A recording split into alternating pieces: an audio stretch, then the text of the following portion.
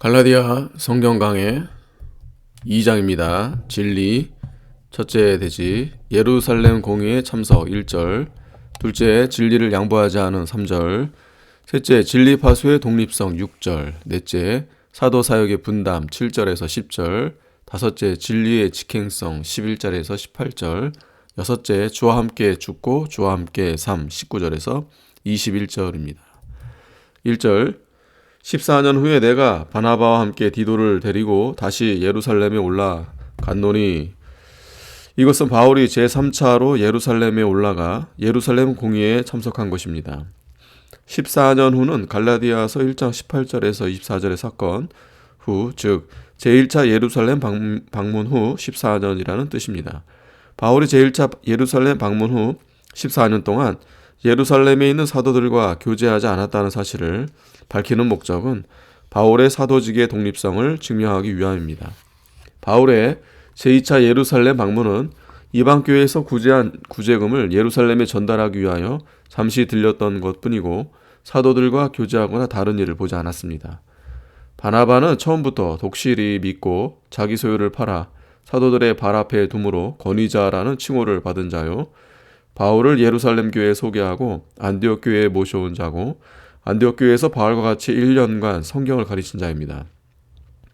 또 바울과 같이 선교사로 파송을 받은 자입니다. 디도는 본래 이방인으로서 기독 신자가 된 자이고 바울의 조사로서 일한 사람이었습니다. 2절 계시를 인하여 올라가 내가 이방 가운데서 전파하는 복음을 너희에게 제출하되 유명한 자들에게 사사로이 한 것은 내가 다름질하는 것이나 다름질하는 것이 헛되지 않게 하려 함이라. 바울이 할례 문제를 공적으로 결정짓기 위해서 예루살렘에 올라갔고 그리하여 예루살렘 공의회가 소집되었습니다. 바울이 이렇게 상경하게 된 것은 하나님의 계시로 말미암은 것입니다. 바울은 항상 자기의 뜻대로 하지 않고 모든 일을 하나님의 뜻을 따라서 한 것입니다. 안디옥 교인들은 원래 이방인이었으나 바울과 바나바에게 전도를 받아 믿음으로만 구원받는 도리를 믿었기 때문에 할례를 받지 않았습니다. 그런데 유대로부터 온 어떤 형제들이 모세의 율법대로 할례를 받지 않으면 구원을 얻지 못한다고 주장하므로 그들과 바울 사이에 적지 않은 다툼과 변론이 일어나며 안디옥 교회는 예루살렘에 있는 사도와 장로들에게 대표를 보내서 이 문제를 확정짓기로 했습니다. 그 대표로서 바나바와 함께 바울이 이 문제를 놓고 하나님께 많은 기도를 하는 중 거기에 대한 하나님의 계시를 받아서 상경하게 된 것입니다. 사도 바울은 교회를 통한 외부적인 역사와 자기 속에 역사하신 하나님의 계시를 인하여 예루살렘에 올라갔습니다. 우리도 무슨 일이나 외부적으로는 교회의 지도와 인도를 받고 내적으로는 하나님의 인도를 받아서 해야 합니다. 사도 시대에는 개인에게 직접 계시를 주기도 했지만 지금은 개인이 성령의 감동으로 성경 말씀을 통해서 하나님의 뜻을 알게 합니다. 내가 이방 가운데서 전파하는 복음, 바울이 이방인들에게 전한 복음은 누구든지 예수 그리스도를 믿으면 할례와 관계없이 구원을 받는다는 것입니다. 저희에게 제출하되 유명한 자들에게 사사로이 한 것이라 했는데, 바울이 할례 문제를 공적 의제로 사도와 장로들에게 제출함에 있어서 먼저 유명한 자, 즉 베드로와 야고보와 요한에게 사사로이 그 문제를 토의했다는 것입니다. 중대한 문제를 갑자기 제출하면 혼란과 분쟁이 생길 우려가 있기 때문에 사전에 충분한 설명을 하고 그 문제를 위해서 충분히 기도한 후에 결정하기 위해서 그렇게 한 것입니다. 내가 다름질하는 것이나 다름질하는 것은 바울이 믿음으로만 구원받는다는 진리를 세우기 위하여 일생 동안 다름질하는 것을 말하는데, 할례를 받아야 구원 얻는다고 하면 이 진리가 헛된 대로 몰아가게 됩니다. 그러므로 이 진리를 세우기 위해서 그들을 만난 것입니다. 3절 그러나 나와 함께 있는 헬라인 디도라도 억지로 할례를 받게 아니하였으니, 바울이 디모데에게는 할례를 행하였습니다. 디모데의 어머니는 유대인이요 아버지는 헬라인이었기 때문입니다. 디도의 아버지도 헬라인이었으나 디도에게는 할례를 행치 않았습니다. 그 이유는 잘못된 주장을 일시라도 복종치 않기 위함이었습니다. 오직 믿음으로 구원받는 것이므로 할례를 행하거나 행치 않거나 아무 상관이 없습니다. 바울이 디모데에게 할례를 행한 이유는 할례가 구원 문제와 상관없는 때에 전도의 장벽을 없애기 위함이었습니다. 왜냐하면 당시 유대인들은 할례받지 않는 이방인과는 상종하지 않았기 때문입니다. 그러나 디도에게 할례를 행치 않은 것은 당시 할례를 받아야 구원받는다는 율법주의자들의 그릇된 주장이 나왔기 때문에 거기에 일시라도 복종치 않고 믿음으로만 구원받는다는 진리를 내세우기 위함이었습니다. 그때에 만일 디도에게 할례를 행했다면 율법주의자들이 할례를 받아야 구원받기 때문에 바울도 할례를 행했다고 악용할 위험이 있었습니다. 4절 이는 가만히 들어온 거짓 형제의 까닭이라 저희가 가만히 들어온 것은 그리스도 예수 안에서 우리의 가진 자유를 엿보고 우리를 종으로 삼고자 함이로되 가만히 들어온 거짓 선지자들이 교회의 정체를 드러내지 않고 비밀리 들어왔다는 것입니다. 그것은 이리가 양의 가죽을 쓰고 들어온 것입니다. 거짓 형제는 예수를 믿어도 율법을 지켜야 구원받는다는 자들입니다. 그들은 예수를 믿으나 참 복음을 소유하지 못했기 때문에 거짓 형제라고 했습니다. 우리의 가진 자유를 엿보고 했는데 믿음으로 구원받아 율법에서 해방된 자유를 말합니다. 즉 진리 안에 있는 자유, 요한복음 8장 32절, 영의 자유, 생명의 자유를 말합니다. 거짓 형제들은 성도가 가진 이 참된 자유를 빼앗고 율법의 종과 자기들의 종으로 삼기 위하여 바른 진리를 파괴시키려고 하는 것입니다. 5절 우리가 일시라도 복종치 아니하였으니 이는 복음의 진리로 너희 가운데 항상 있게 하려 함이라. 바울이 일시라도 비진리에 복종하지 않았습니다. 만일 바울이 한 번이라도 그것을 복종하면 거짓 선지자들은 그것을 선전의 재료로 삼고 바울도 자기들과 같다고 주장하여 바울이 전한 다른 복음을 무너뜨릴 것입니다. 참된 진리를 세워나가려면 일시라도 비진리에 복종하면 안 됩니다. 진리를 양보하고 비진리와 타협하면 신앙이 죽습니다. 신앙의 정조를 한 번이라도 양보하지 않을 때에 생명이 있습니다. 미혹하는 자들은 언제나 한 번만이라고 미혹합니다. 그러나 성도가 신앙의 정조를 한 번 빼앗긴 후에는 아무 힘이 없습니다. 마치 삼손이 신앙의 정조를 잃고 머리를 깎인 다음에는 아무 힘이 없고 블레셋 사람들의 종살이 한 것과 같습니다. 그러므로 절대로 진리를 양보하지 말고 신앙 양심을 써 나아가야 합니다. 심을철 목사는 마귀가 성도를 시험할 때 4단계로 들어온다고 가르쳤습니다. 첫 번째 단계는 진리를 어기는 일을 한 번만 하라 하고 한다는 것입니다. 두 번째는 남도 그러는데 하고 안심시킨다는 것입니다. 진리를 양보하고 믿는 사람 보고 누구도 그렇고 누구도 그렇더라. 그러니 진리를 양보해도 괜찮다 하고 안심시킵니다. 세 번째는 염려 없다고 자유케 합니다. 나도 신앙의 뿌리가 있고 배운 게 있으니 지금은 진리를 못 지키나 염려 없다. 앞으로 잘 믿을 것이다 라고 자유하게 합니다. 네 번째는 차차하자고 합니다. 차차 잘 믿겠다. 차차 고치자 하고 믿음을 쓰지 못한다. 차차 마귀가 들어가면 한 달 가도 차차, 1년 가도 차차하고 뒤로 미루기만 하다가 죽을 때는 아차차 하고 죽고 맙니다. 성도가 신앙을 지키려면 한 번만에서부터 막아야 됩니다. 한 번만에 무너지면 남도 그러하는데 하고 그 다음에는 염려도 없다 하고 차차 바로 하자 하다가 마침내 아차차 하고 망한다는 것입니다. 순교자는 한 번의 신앙 정조를 지키기 위해서 목숨을 버리는 것입니다. 경남 거창에 배추달이라는 성도가 있었습니다.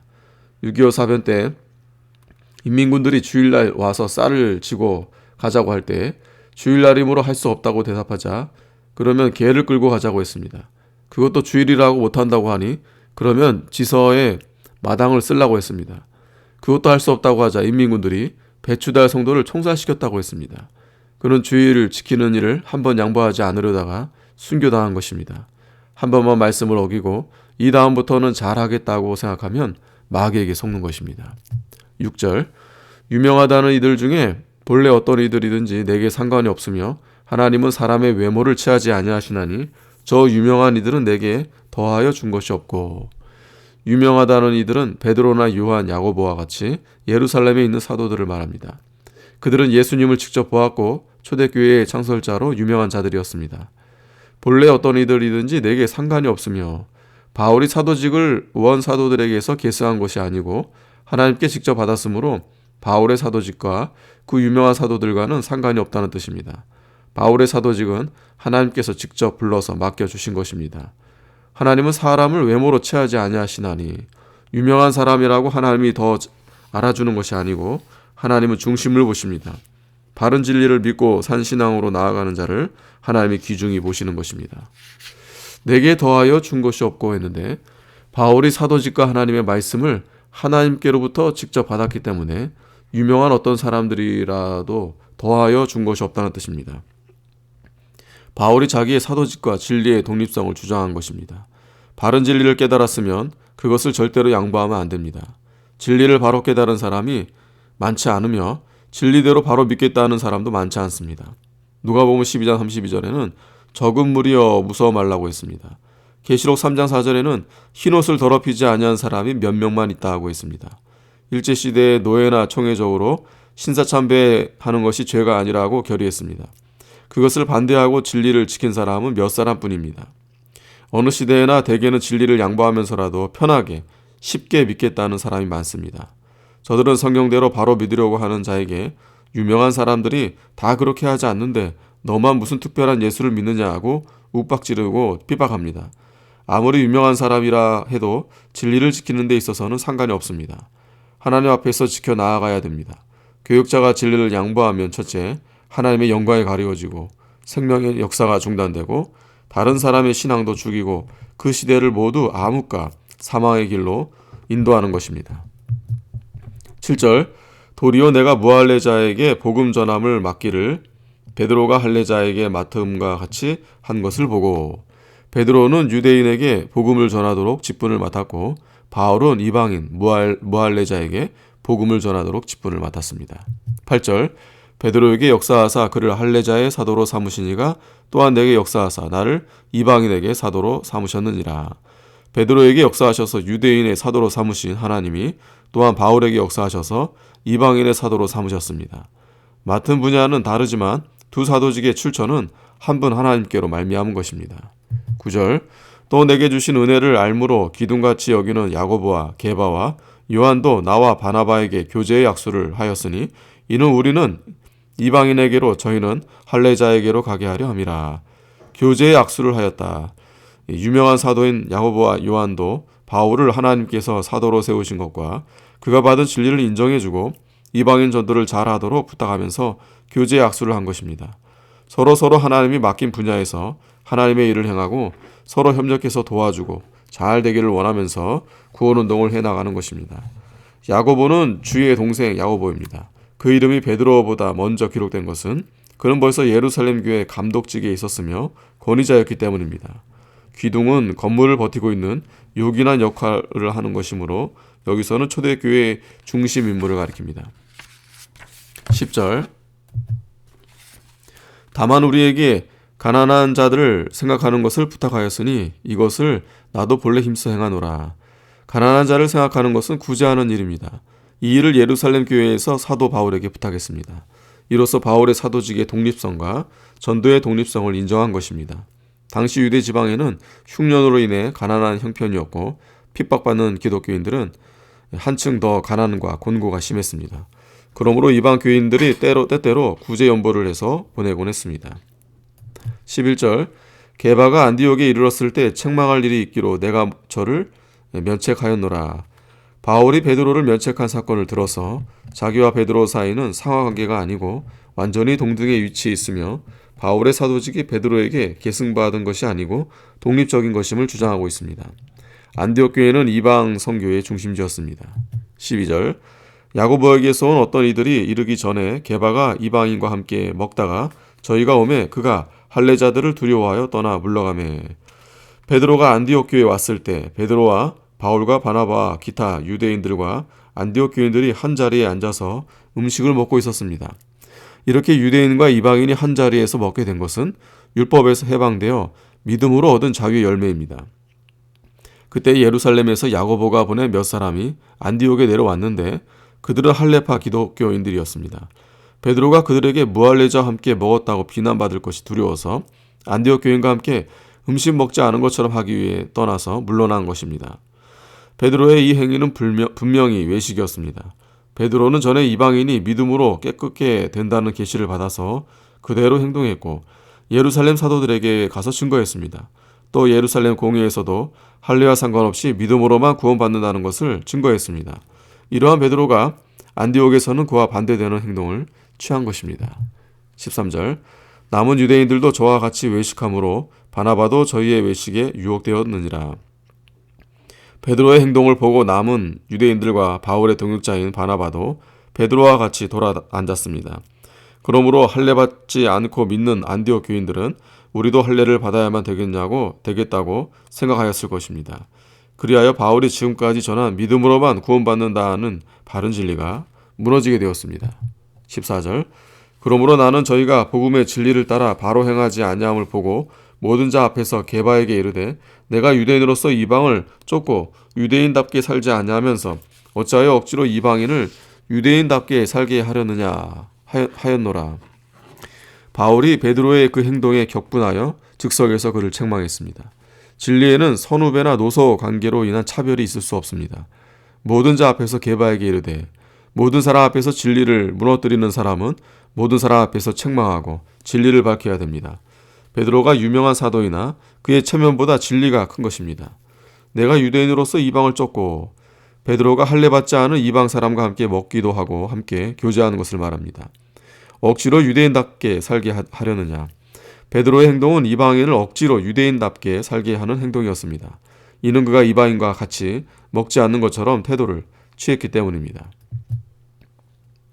15절 우리는 본래 유대인이요 이방 죄인이 아니로되 이방 죄인 이방인은 본래 하나님도 없고 약속의 언약들에 대하여 외인이요 본질상 진노의 자녀였습니다.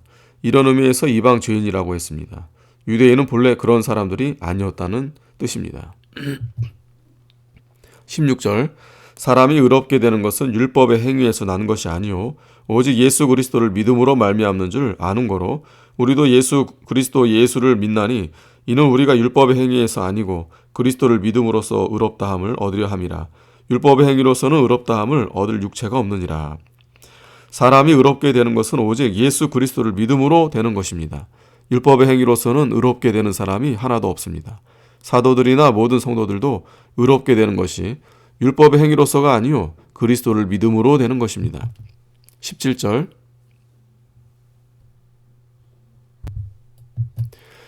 만일 우리가 그리스도 안에서 의롭게 되려 하다가 죄인으로 나타나면 그리스도께서 죄를 짓게 하는 자냐? 결코 그럴 수 없느니라. 예수 그리스도를 믿음으로 의롭게 되는 것을 믿는 베드로가 이방인과 함께 먹다가 돌아앉는 행위는 그들과 함께 먹은 이방인을 죄인으로 인정하는 행동이요 함께 먹은 자기 행위도 죄로 인정하는 행위입니다.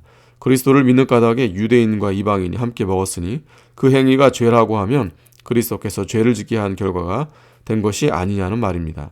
결코 그럴 수 없느니라. 그리스도께서는 죄를 짓게 하는 분이 아니시다는 뜻입니다. 18절 만일 내가 헐었던 것을 다시 세우면 내가 나를 범법자로 만든 것이라. 헐었던 것은 할례 문제와 같은 의식주의를 말합니다. 의식주의를 다 헐어버리고 이방인과 유대인이 믿음으로 구원받아 하나가 되었습니다. 다시 세우면 할례와 같은 율법적 의식을 다시 세운다는 뜻입니다.